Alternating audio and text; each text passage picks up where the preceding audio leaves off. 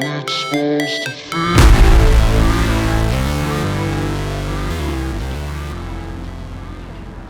I finally made the move from the Yonex EZone 98 Plus to the Yonex VCore 95. My rocket journey started with the EZone 100 from 2 generations ago. Then I switched to the EZone 100, and from the EZone 100, I switched to the EZone 98 Plus. Now I finally got my hands on the VCore 95. My brother got Coach Homer a VCore 95 a little over a year ago, and Coach Homer has been gracious enough to let me use it from time to time. The more I hit with it, the more I like the way it complements my game. Enough so that I demoed one for a week, but didn't pull the trigger. The most recent time spent with my brother has finally made me realize that control on the core is far more important than all-out power, and he was able to secure a used demo 95 for me. The few times I hit with the 95 was eye-opening just how precise it is. About 20 to 25% of the shots that I usually just miss with any of the rackets that I tried, it lands with surgical precision with the VCore 95. I especially love it at the net, the speed in which it moves through the air, and the ease of maneuverability compared to both E-zones, especially compared to the 98, is night and day. I'd be able to hit shots that I normally am late on, thus leaving either an open racket face or punching the volley long.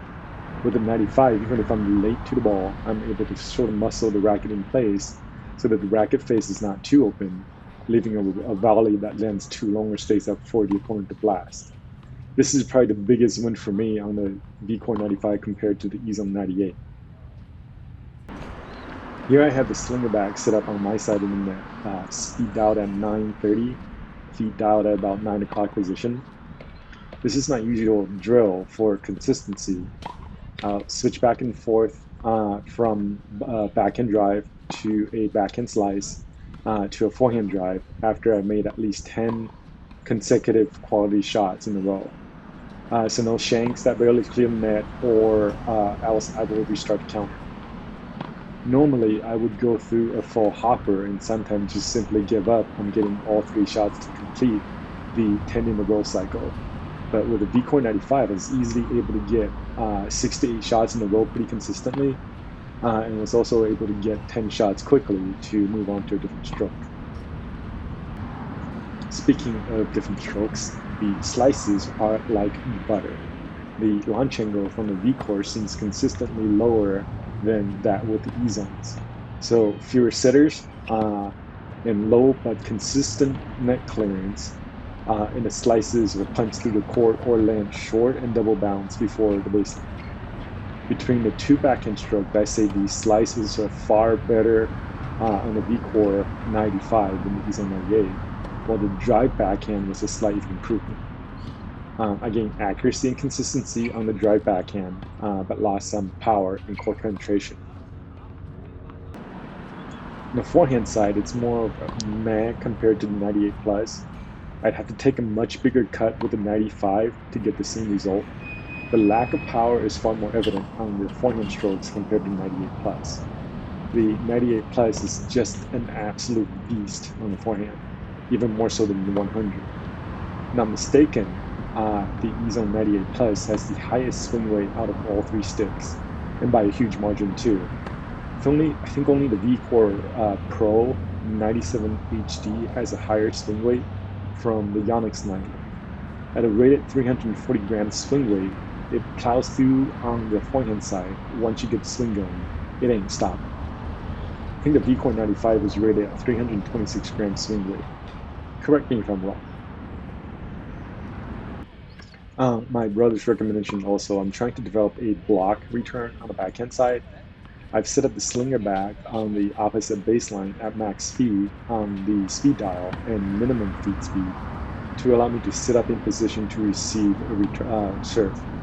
At this setting, the ball looks like and feels like a decent second serve with plenty of topspin and kick. Unfortunately, at max ball feed speed, the battery needs to be fully charged, and even then it only lasts about 10 to 15 minutes. The ball machine quickly petered out without the battery being fully charged. this is the setup that I usually use to practice returns, at least only the stroke portion return.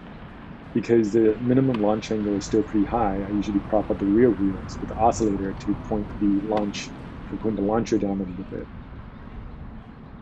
And usually I set it at the half ball speed and feet dial to the 9 o'clock position again.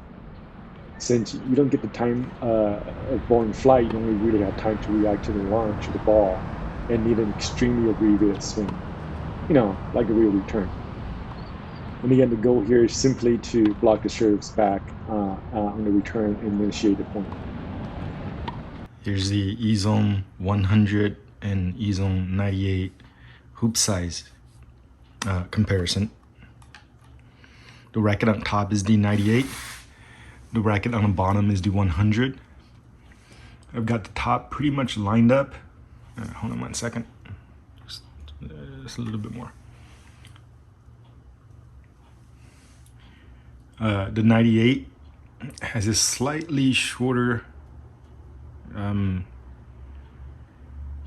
vertical hoop, and overall I think it's proportionally width-wise is about the same. Let me get it all lined up.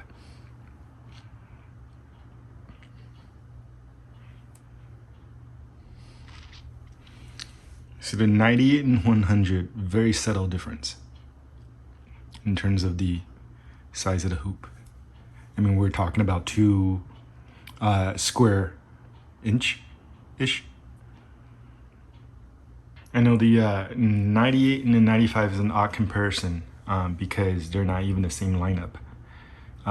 This is the EZone 98 Plus versus the VCore 95. And the EZone 98 is from the previous generation, obviously, 2020. Surprisingly, the length of the hoop is actually relatively the same, as is the actual width of the racket.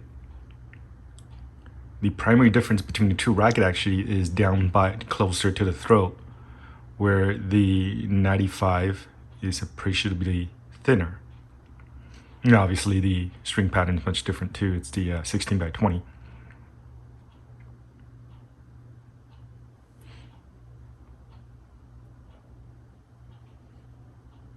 can see right there, that right there is the difference between the 95 and the 98. The string pattern on the 98, I'm sorry, the 95 is kind of interesting.